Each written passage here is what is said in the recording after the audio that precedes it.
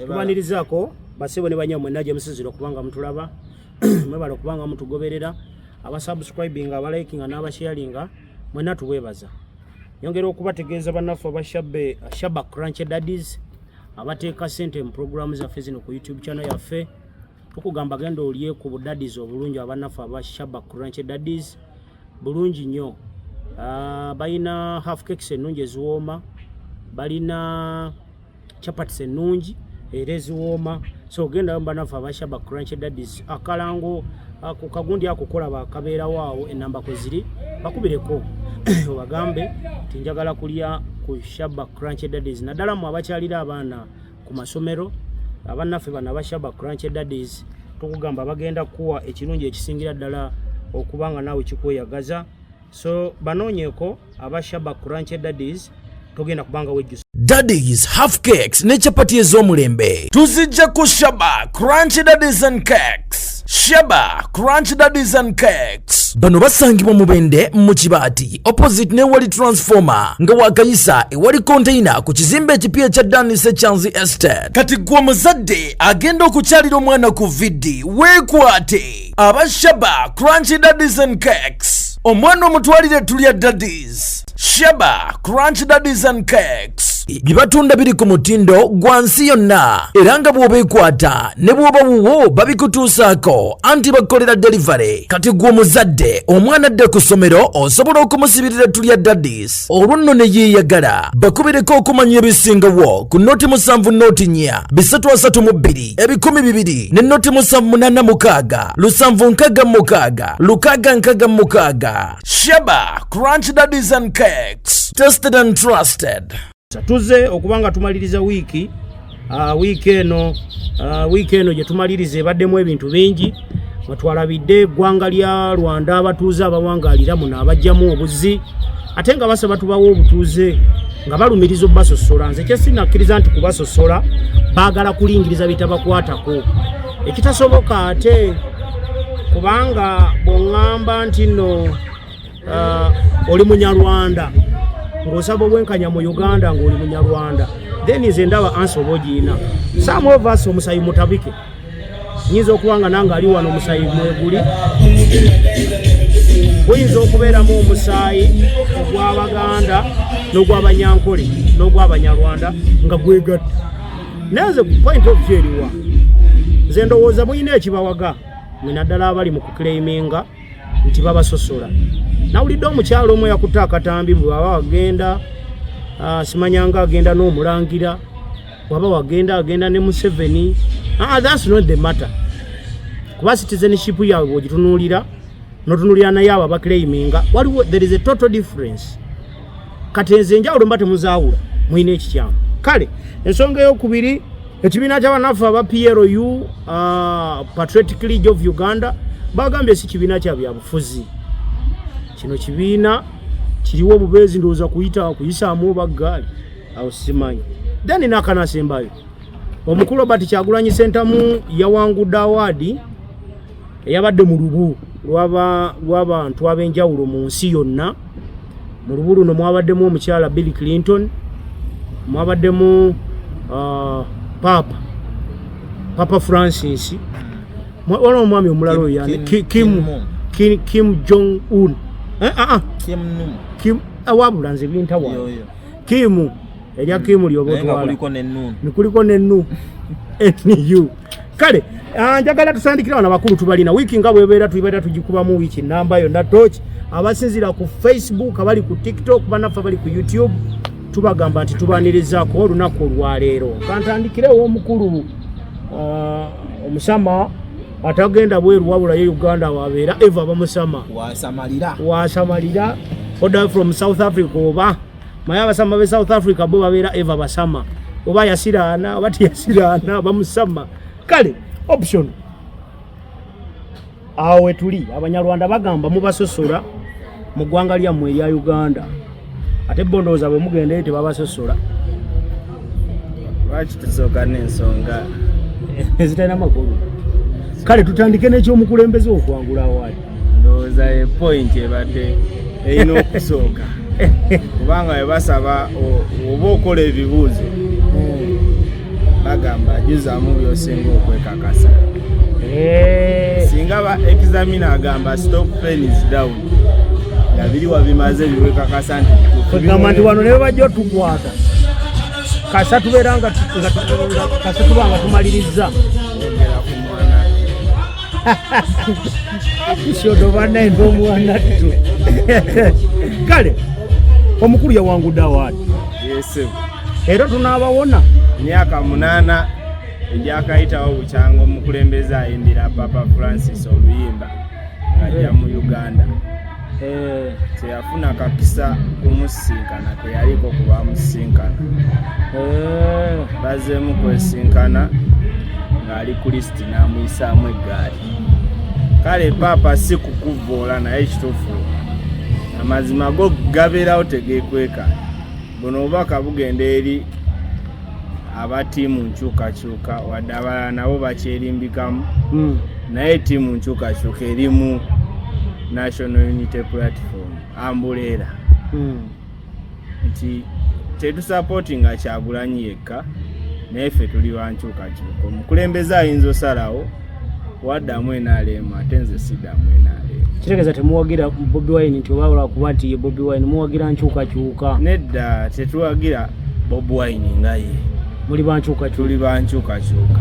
Era enkyukakyuka singa yaliko NRM era singa gye muli singa tuliko NRM naye ekituufu kiri nti NRM enkyukakyuka teriiyo. Era nyigiramu abantu abakuze emyaka mwatukolawo byotulondera sayidi eri mu buyinza. nawe walonda kisanje kyole tewalonda? Nalonda nkyukakyuka. Kati ate lwaki onenya bali? Kati nawe oli mu bannayuganda abalonda nga omukulembeze tumwebaza butuufu guno omukisa munene. Kyongera okubeera nti ebbanga abantu lye bamaze abasinga n'omukulu emyaka neno lwakuba sinasoma busomi byafaayo mu Africa ayinza oba yayasoose. Bw'abanga si yasoose alinga wakusatu kuba Mandela alina okubanga kwali kati ne ba Arapu ne ba Jomo Kenyatta bayinza okubanga balina ayinza okubanga ali mu kyakusatu oba kyakubiri mu Africa yonna. Tetusooka kitwalira mu Afirika, tusooke wane Uganda, tusooke tukize Uganda. Ekituufu omukulembeze byakoledde eggwanga bingi okusinga abalina obuyinza. Kuba buli kyonna kati kino kyayongedde okuteeka Uganda ku board country like worldwide nti ate nga kiyitira mu ye nti abantu bonna abasinga kati n'abazungu waayita ne baga Kyagulanyi Ssentamu bajjukira Uganda nti Idi Amin we yaliwo nga Uganda gye bamanyi nti olw'okuba Idi Amin ye. Naye lwakuba nti mwekale mwatadde nnyo attention ku awaadi ate ne mwerabira ekyawanguza awaadi. Tiyabadde firimu erimu okutulugunyizibwa kwa bannayuganda okweyoleka mu kalulu ka 2021 naliwo. Kati kitegeeza ensi yategedde bye tuyitamu nga Uganda. Kati ng'oggyeko okujubireetinga nga pati yammwe buli munnayuganda n'awagira NRM naye ng'alaba eddembe ly'obuntu lirinyirirwa ndowooza awaadi yabadde emukwatako kubanga abo abaabirabye be basinga okuteeka ssente ate mu bikolebwa wano. Kyekiri kye nagambye nti awaadi yayongedde okuteeka Uganda ku boodi y'ensi yonna okubeera nti omuntu naddala munnayuganda wonna wanaabeera ali obudde buno ali represented by His Excellency Robert Kyagulanyi olwa awaadi gye yafunye. Obwaka bwondooza bwebwo buweddeyo togenda kwogera kusulawo nti ku awaadi naye nga mutuufu twongera okwebaza omukulembeze ku awaadi yaleetedde eggwanga lyaffe era tusaba Mukama Katonda eyakimukoledde akitukolere 2026. mukole ki?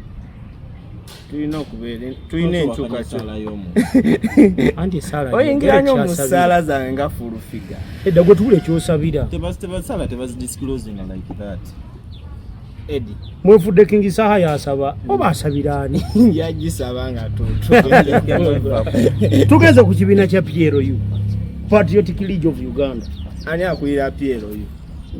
Muhoozi Kayine Rugaba babadde Masaka anti muhoozi kayine lugabo movement ne ligi njawulo kyeriwo ligi ebeera yakapiira movement kibeera kisinde kitegeeza ba promoting sports activities movement kibeera kisinde ekibeeramu okubeera nti baagala bafune oba oliawo ekinabatwala maaso naye wotegeka liigi n'ogamba nti kino kasowuli ekintu kyonna nga kirimu liigi kitegeeza kirimu games and sports activities balina ebyemizannyo bye bapromoting eri eggwanga naye twabadde tuli awo Masaka abaana bakunga nga basaza eddiiro beegase ku PLU Masaka babadde bakola ki waliyo enteekateeka MK agenda kujja Masaka mu bbalaza ze zategeka waliyo kwosa nkya 26 ndowooza nkya Mande ng'agenda kukola ki waliyo sports activities oba biri about kufaayo eri omuntu wa wansi anti of course yera muhoozi akugamba ekimuleese gavumenti ya Museveni tefaayo yava ku bannayuganda eri ku byayo kati kimuleese ye kyekyo azze kutereeza gwanga muzeeyi we ebyamulemi kati omwana yazze ani omuwi w'amagezi wa MK abawabe b'amagezi ndakasi bamanyi nemanyiyo babalamu balogahale onalewo Michael Muwada ate mukwano onalewo David Kabanda mbadde nkubuuza tenze manyi omukwano gwange naye gwava dda nga tanagenda nayo kati nkugambe nti mubuuze kati eyokulanga nisimanyi ogambe bagiyita batya Patriotic League of Uganda bale temumanyina biri mu ggwanga tujagaliza ebyemizannyo ebitumbule bulungi nnyo bakwatagane ne FUFA babere nga bapromoting ebyemizannyo kuba kiri kibiina kya byabufuzi erinnya Patriotic League of Uganda gavumenti yateekawo bonna basome yakola nsobyo tusomesa kuba kati tuliboozeeko oluzungu tomala galuteeka wantu we lutagenda ng'olina kyoyagala okola National Unity Platform national bonna unity kugatta platform gubeera mutimbagano ena anyone can access that kiri liigi nze ndi wa byamizannyo mu nsonga z'akapiira bampita Diego Jota nsambira Mubende Corporate Club ne muzirimu kati mubanirize Mubende bajje basambemu nammwe we baba balinayo tournament naffe basobola otuwandikira netugenda netuzanya liigi ezo omusama option bannange kakati soko tubulira abanyarwanda lwaki mubabuula jjajja wange azaala maama munyarwanda yafa nga twakava mu COVID anze amazima sijaga kweka ku kamera kuno maama nzaala munyarwanda kitegeeza ne maama wange down to the road emyaka giringa 30 mu ya like 40 maama tamanyi na Rwanda ali Uganda wana era Uganda wana ebisoka byogera so ebintu byogamba nti ate bo basosolebwa nga tewaliwo be basinga nobeera mu bifo oba oliawo mu Nansi be yali abadde munze nayitako eri ekyaka mu refugee camp kati accidental wa boda n'agenda atomera refugee ne kati wa boda obudde buneeno waba akyali mulamu lwa Katonda embooko ze baamukuba ng'ate Munnayuganda atomedde oli omugwira bali balina freedom esinga n'omuntu kubanga noono omukonge yatomera munnamawulire Joseph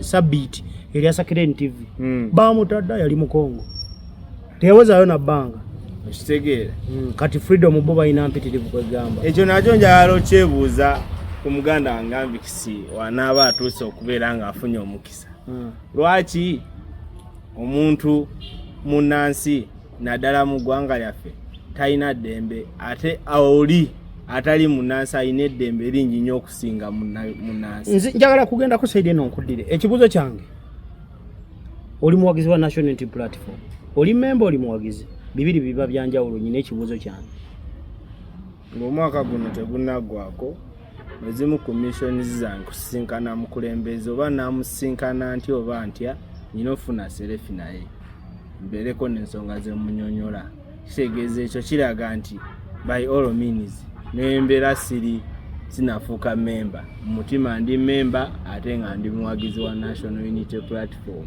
Obutakanya n'obumulumulu bwolaba mu pate gwe ng'omuwagizi magezi ki goyinza okubawa?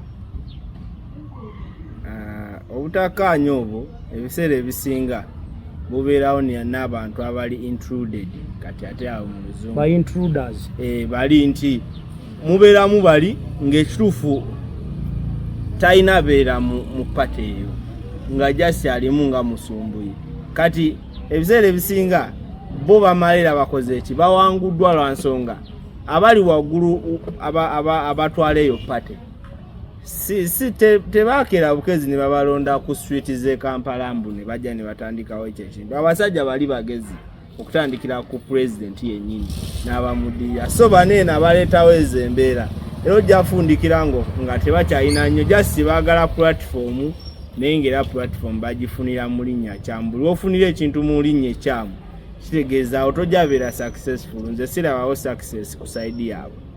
Museveni yagamba mu kalulu ka 2021 nti wanatukira mu 2026 agenda kuba mazeewo opposition. Bw'otunula ku biri mu FDC n'ebiri mu pate yamu. Olowooza teyakyogera 2016? Yakyogera kali kalulu ka 2021 yakyogererawo. Muli ku kino ekiri recent kati nze nkuutinga kino kubanga oli yali talina opposition. Obeera ng'oli government nga tolina opposition ebeera government. Kati kitegeeza ki? Dictatorship. Mwe mulaba bino muyinza kuzuukuka mutya? Tuzuukuka nga tubivumirira nga tetuwagira yenna abeera abisupportinga. Ngenda kuddira option kansooke nzireke wa Angelo soko obuze ku bantu baba bw'omalu babuuza tutandikirawo. Balamusizaako nnyo abalabi ba Great Media. Tubeebaza omulimu gw'omukola abasubscribinga abasharinga waka waffe n'abatuterayo ka comment. Omanyi edit kirungi kola bintu nga buli muntu akulaba bulabi. So bambi bw'oba olabye waako ono n'ofunamu message kirungi otuterayo comment. Oyinza olaba message eyise n'ogamba mbutuufu nedda Uncle Eddie ekigambo ekyo kyalina babu ekityo okusinziira ku kino nakiriwa nekino bwe tuba tuwadde info eno tubeera tusitandinga okubeera corrected ate ne point ekitegeera sifa abasembayo abenkomeredde. So tubeebaza musharinge. Tulina YouTube, tulina Facebook ne TikTok. Tuba tusaba mwongereyo message eno etuba nga tugifulumiza esobola otuuka ku balala. Yes sir. Bwe tudda ku nsonga ebaddewo. Yes sir. Gwe bw'otunula amawulire genfuna wano nga si malungi Kenya alabika afudde. Kale bwe tusinziira kulaba ku bigenda maaso mu ggwanga n'otunuulira issue y'abanyarwanda sigenda kutandikisa ku kya firimu tuyinza bayamba tutya? Eddie fenna tuli bantu bakulu. Buli muntu omukulu alina ku bwongo amanya ekigambo kye bayita origin. Uganda eno tumanye efuuka ddi Uganda kuba teyali Uganda. Okitegedde? Butuufu twebala okuba nti tuli Uganda after independence. Uganda eyawamu. After what? Independence. Bwe mwaka gwa 1962. Eddie teri kintu kimenya oba kyalibadde kibi nga muntu asomye kweyisa nga atakoze eki? Atasomye. Kuba kituuka ku point ng'onoonya gy'osobola okujja obuyambi nga tokola ki? Nga tobuyina. Kuba tukkiriza Eddie mu percentage yaffe ya population ndowooza enamba eringa 45% abantu abo tebasomye. Mwogattira abasomye abatalina kumanya kuba bibiri byanjawulo. So omuntu bw'avaayo n'agamba cause Eddie wano tuli ku nationalities meka? 2. Singa zibadde tribes nga za munda nga wagamba omusoga akalana n'omuganda that would be understandable. Naye ka tuli ku nationalities 2. Rwanda is a nation at its own. Ne Uganda is a nation nayo yeeyawudde. Okay? Kakati omuntu bw'aviiri n'aclaiminga okubeera omutuuze wano mu ngeri bwetyo edi tekimakinga sense. Abantu bagenda mu nsi ez'ebweru ne basaba asylum n'afuuka omutuuze naye tafuuka mutuuze by birth bw'aba asabye ensabe. Fano tulina engeri gye twegombamu n'ogamba nze singa nzaalira omwana wange mu America omwana oyo abeera mu America kuba abeera mu America by what? By birth. Naye kati omuntu bw'obanga wajja ng'onoonya bubudamu lesse kuba ekigambo ekyo kiwulikika bubi n'ate nga kyekikozesebwa kuba kyekiriwo ekigambo ekirina okukozesebwa. Tosobola kujja n'ogamba muntu nti onsosola nga yakuweewa okubeera at first. Edi abantu abo aboogera ebigambo ebyo balina missions zaabwe endala. Mission ki? Zetutannamanya cause mission kyekintu ekitamanyiki. Naye nze ndowooza bano abantu bazannye nnyo diversion ezigenda obbaidivertingira ate.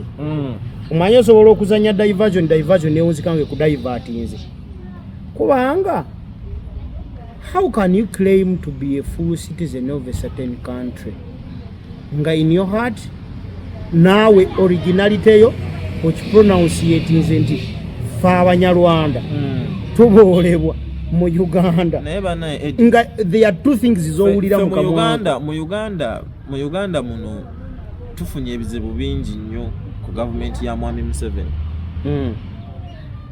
Tufunye ebizibu bingi nnyo ku gavumenti ya Mwami Museveni. Kuba bw'otuuka n'olaba ebintu nga bino the government is quiet. Kaneda tujjukire ku gavumenti ya Mwami Amin kuba ye yatuuka n'agamba ayagala atunule ku streets za Kampala nga business zonna ziraningibwa bannansi. Kyali tekitegeeza mbu tayagala bayindi nnyo mu ggwanga naye eggwanga lyali terifunamu mu kubeerawo kw'abaki kw'abayindi. Omusajja ng'agamba abayindi bakola ssente mu ggwanga naye eggwanga terikola ki? Terifunamu. Kati tugenda gaana kugwe munnarwanda kubeera munnayuganda woba okyagala. But do we benefit from it? Kuba gwe okubeera and in fact ate ffe bannansi ffe tukisasulira. Okitegedde? Edi abantu abayingira mu ggwanga tubasasulira okuva lwayingira paka lwafuluma paka lwafa. Kati faawo tufunirawa. Kyobola nze mbeera mbabuuza nnyo priorities z'eggwanga lino ziri ki? To keep law and order. Okitegeera? Omukulu omu yagamba bw'okulemberwa omuntu atamanyi gy'akutwala nga naawe tomanyi gy'olaga temutuuka.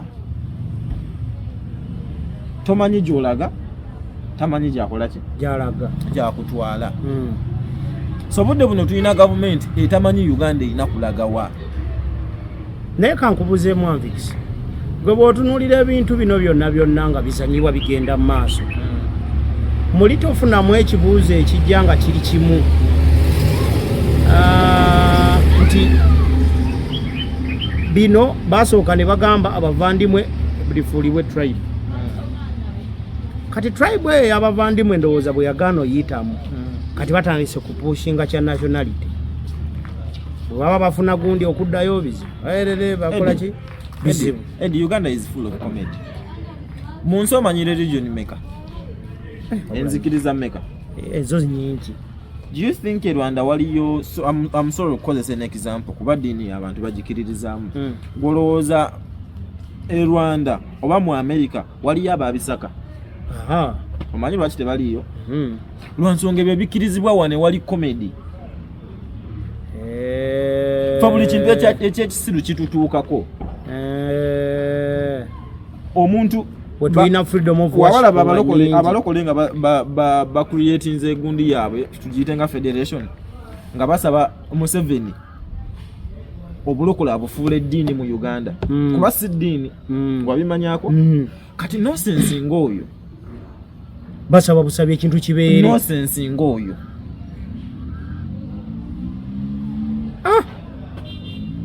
So Eddie, Uganda tetwewuunya bino lwaki biri bwe biti lwaki bitu nalabye omukazi ng'ayogera akatambi k'omukazi wakalabyeko nakalabyeko se ng'agamba bwe mutugamba tugenda n'omulangira tewe tugenda ne not our problem bw'abanga munyarwanda if you go with him nakyo we are not ani abagaye nti bagende bwe bayita embwa teri ntegendera mu mbwa okay ekibuzo kyange kiri kimu ani abagambye okugenda nga wano bali wano batujooga batumazeeko emirembe nga teri abago Edi waliwo ebintu byetwakkiriza those are public norms omunyarwanda omusanga mu Uganda okujjako ng'alina kyakkoze ekibi bw'ojjukira nti munyarwanda naye waba talina kyakkoze bane tulyoke nabo okitegedde nga bwe tuli wano tetuli ba tribes ezimu okay naye tulyokera nga bw'olaba omunyarwanda tulyoke nga bw'olaba omuzungu kuba n'abazungu mwebali okay naye ekyo kitukaka that is my problem n'okikaka tugenda ku nsonga ya president wo gwowagira yawangudde awaadi mu awaadi ezo yawangudde ne papa yafunye n'omukyala Bill Clinton babadde mu lwabo abafunye ne kimunu be bamu ku baasukulumya abawangudde awaadi eno naye awaadi eno lwakuba nti abasinga bali mu kucelebratinga na kujubilatinga lwa awaadi beerabidde nti awaadi eri ku firimu eyazanyibwa ya The People's President kyokka nga firimu eyo leka nkuwe ekyewunyisa nga bava ogiraga lwe bagipremieringa kangeze wano mu Uganda munaye be bakwata tebabatanga muva kulaga firimu erimu okumalawo eddembe ly'obuntu even that same day bakutta abantu abalala Eddie, first of all ngenda sooka nteekawo correction firimu eyo teyazanyibwa buzanyibwa it's a documentary actually ekituufu kirina kuba documentary budde buno lwaki twebaza Kyagulanyi kuba abantu abamu abalimu baafa bambi abamu bakyali mu makomera naye twebaza nnyo Kyagulanyi because it was his idea fe wetwabeerera mu kalulu twalina ekintu eki kimu tulina okuba akalulu kaffe tukawangule but Kyagulanyi had ebintu emabega n'agamba if this goes wrong nina okukola kino kyetutayina because trust me no one tewali yakiwa thinking nti ebintu bino bye tukwata wano ku simu zaffe binaaba ebyomugaso okay kati budde buno tubyenyumirizaamu gwe video gye wakwata nosa ku Facebook yo nga bakuba muganda oba bamuggyako kamera yakozesebwa neerabisa nga bwe tukola ki tukyogera so obuwanguzi obusooka tubuwa Kyagulanyi because at least ye mission ye erina weetuuse naye ffe tetugenda kwejaguliza kuba eyaffe tennakola ki tennatuuka ffe yaffe egenda beerawo nga mwami Museveni ali wabbali wa ntebe obuwanguzi obusooka obwa Kyagulanyi his job agukoze bulungi ne bwagamba ku stepping aside nze sobola munenya because he has done his part very very well kati ffe abasigaddeyo eno abalabikira mu katambi abalabikira mu butambi obwo ffe tutannatuuka ku jubilatinga waffe obuwanguzi bwaffe tebunakola ki tebunatuuka so it is okay okucelebratinga okumusanyukirako okumukola cause man omusajja oyo yasarendinga obulamu bwe okitegeera first nga ffe tulinawa nakusalawo nti naffe tusobola bwaffe okukola ki kuba tulabira ku ye okitegedde so kati temukiteekawo mu mbeera mbi mboba kino nakina bwekito bwe kirina obba tugenda ku nsonga ya Piero yu obulakono katono giyita Piero Patriotic League of Uganda bano balaka bazze bamazeeko batandise basokoleramu eyo Masaka abanuupu babamalawo kino ekintu bw'okitunuulira natunulira state of the nation bweri kati bagambye si kibiina kya byabufuzi ebigendererwa n'ebigambo ebibavaamu baagala ntebe sino diversion zigenda kuggwa ddi Eddie nze omanyi ebintu ebyange mbikola nnyo nga nteekawo questions mu Uganda kyekifuula omuntu ow'opposition kwe kuopposinga gavumenti byekola ebikyamu is General MK opposing or alaika abyopozinga kuba agamba gavumenti ya Museveni yavadda ku by'abannayuganda lwa nsonga kye baagala muwuliremu kuba bamanyi abannayuganda abasinga they don't think. Wande nakubuuzaako nti mwami Muhoozi bw'anaabazze okunoonya akalulu agenda kujja atugambye kitaawe takola nguudo, mu gavumenti ya kitaawe obubbi bungi, mu gavumenti ya kitaawe amalwaliro temuli ddagala. What is he going to say? agamba gavumenti ya taata we yava ku bannayuganda kati ye yazze okubeererawo bannayuganda. Eddie, nze nzijukira nga Muhoozi oyo mutandika omuteekateeka nze naani mwagambanga standby generator of which kyemukyali nako. Okay? Naye nze sirabangako standby generator nga masanyalaze gavuddeko ng'ettaala eyaka yero yo n'eyaka red ng'egenzeeko. Byako ekintu kitya kimu kyekimu. Kakati bannayuganda saagala babawuddiise nti Muhoozi bw'abazze asobola okukyusa eggwanga ne tufuna ekintu ekyenjawulo from what his father kyabadde akola. And to make matters worse, because ye muntu atayagala na kulowooza, eggwanga liba ligenda kugwa mu kannya. Eddie, ng'oyagala omanya nti Uganda is corrupt, the government is corrupt, funayo w'amagye omwo omugambe creatingawo ekibiina bwe kityo. alabo bakiweza essaawa alabo agenda kunnyonnyola abantu abagambe mbwaya kisomesa abantu kubeera patriotic. Since when? Ndi bannayuganda tebakyayagala nsi yaabwe, mmwe mwafaayo nnyo okubaagazisa ensi yaabwe kuba ne bwe bagyagala mugikola ki? Mugibatiisa. Eddi nga twava mu mirembe giri, buli omuntu bwe yalowoozanga gavumenti eno ekoleza ebintu byetalina kukola, yayagalanga agirwanyise. Okay? Era omuntu oyo yayitibwanga muki? Muyeekera. Ye muyeekera gwe tukola ki? Gwe tulina kati. Omuyeekera oyo twali tulowooza kuba points ze zaaliwo is to stabilize ebyo ebintu ebyaliwo. Ati nze njagala nnyo n'abantu bakiteeke mu mutwe, sigamba abantu basobola genda mu nsiko, but we have passed that. Okay? Tetukyetaaga kuyiwa musaayi kukyusa ggwanga lyaffe, no, naye nga it is very possible. Edi okunyiiza wano abantu ne bagenda ku situuti nga togenda kubako bantu 200 kubatta, it is very possible. Ne otuuka nga oyagala okolagane n'abantu mu ngeri ey'ekikulu ng'ate bo si kyebakola ki? Si kyebaagala. Kuba nze gambye mwami Muhoozi General Muhoozi eba opposition naye ekibiina tekiba opposition. Okay? Naye budde buno bo bagenda kukola ebintu byabwe freely. First of all, serving officer, amateeka gabe tegabakkiriza kuyingira mu byabufuzi. Amunange ye kati engeri ndowooza gyali first son mulimu akawaayiro akatamukkiriza kukwatibwako liri ate etteeka. Kitegedde? So bwe banga bino obumenyi bw'amateeka busapootingiddwa nga kati tannafuuka president nga bw'ayagala kufuuka, what of nga afuse president? Kuba buno obumenyi bw'amateeka obugenda maaso, obuli plain buli muntu bw'asobola olaba. Bwe bubanga budde buno tebuhandolingiddwa, what of nga omuntu afuuse? Kuba otunulira abamuli emabega bonna kuliko omufere, kuliko omubbi, kuliko omutemu, okitegeera? So naye ndowooza ebyo byogera lwakubanga kimulowooza. Ffe tetwogera bintu bitali ku public record. Bwe nkyogera bwentyo totandika n'ogamba bwe bagambye omufere bagambye ono, bwe bagambye omutemu bagambye ono. Gwe tobalina mutwe tebajja mu mutwe, gw'oli munnamawulire. Naye ate munnamawulire sijja kwogera bye siinako. Eby'obutemu ndabika simanyi, eby'obufere nalabako Frank Gashumba ng'akwatiddwa nti abadde afeera bu passport. Kakati nedda ekyo nkimanyi ku public record. Kakwenzo omumanyi?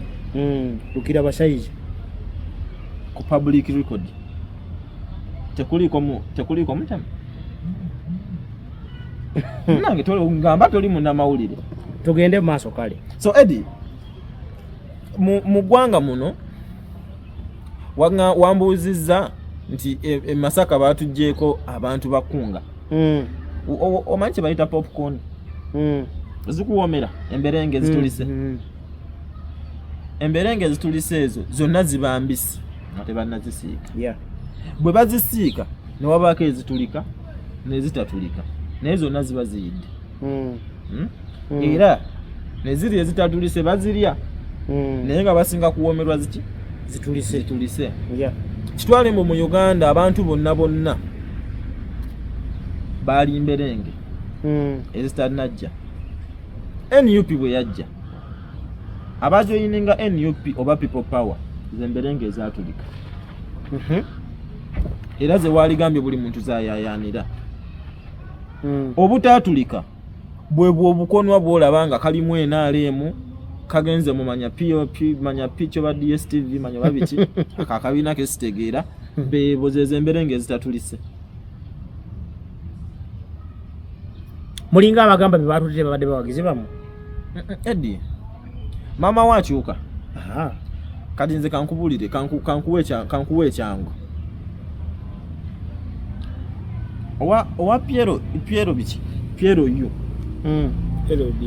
LDU whatsoever bw'oba ogenze mu kiri tekikyusa bizibu bya bannayuganda ekyakuyingiza NUP mu struggle byali bizibu bye wali oyitamu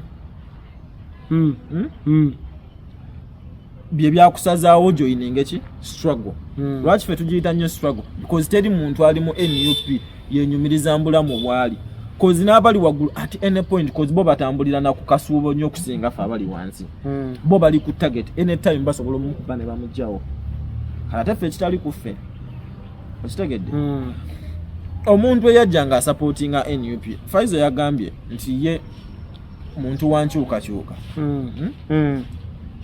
omukulembeze bw'akyuka n'akola ki asigala ali ku nkyukakyuka nze kyange kikyukamu kitya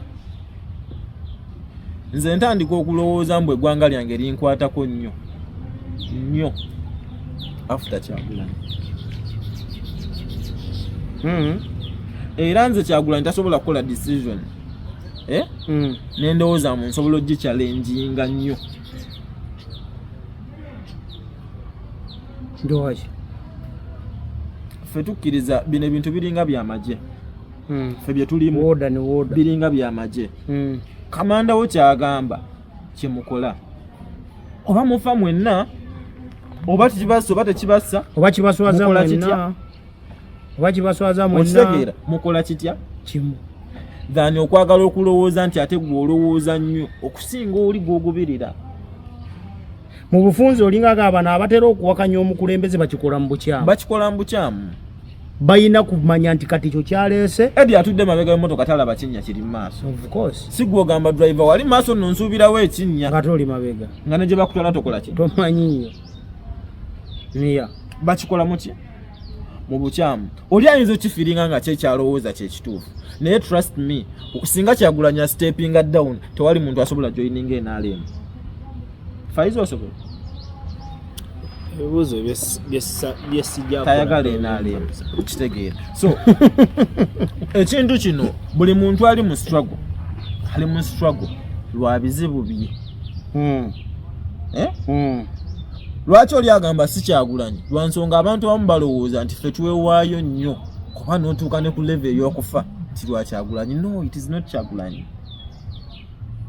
it is me the pain you feel okitegeera Fedi twaluzinga ba mikwano gyaffe bamanyi tetumanyi na gye bali twakayanako ne tubivaako okitegeera one time waliwo omuntu eyatusangako kuba kati ffe tuvudde wala mu nsonga zino nze naawe n'atugamba temuddamu kukola content ng'oyo omujjukira ne tumugamba nedda si bwe bikola gwoba owulira nga ebyaffe bikyamu you come and correct them jangu naawe owa opinion yo dhani okuddeyo n'olowooza bw'ate gw'ogenda directinga ffe bye tulina okukola ki yatya okwogera yatya okujja kozi nze ekinjogeza si ye ekinjogeza ani gwe nze so kyengamba na buli munnayuganda ali eyo tolowooza mbu bw'osirika n'ogamba nti munnange tebinkwatako ebiri mu ggwanga bikola ki bikyuka they don't change nkulaba so Eddie nsaba tukwatize wamu tukyuse eggwanga lyaffe tweyanziza mukulu wa Mvix Banks bwatyo bwabeera submission ze bwe ziba brief and precise talwawo point ku point paka kuwulira bubi kakati muzikirize ngenda basibulira wano tugenda kusinkana omulundi omulala nkujjukiza bannaffe abashaba Crunch Daddies ne kugamba genda onoonye ku daddies ezo nnungi olanga obeera obulanga buyitawo option abadde side wano Anvik sinze mbadde dizike kamba sibulire wano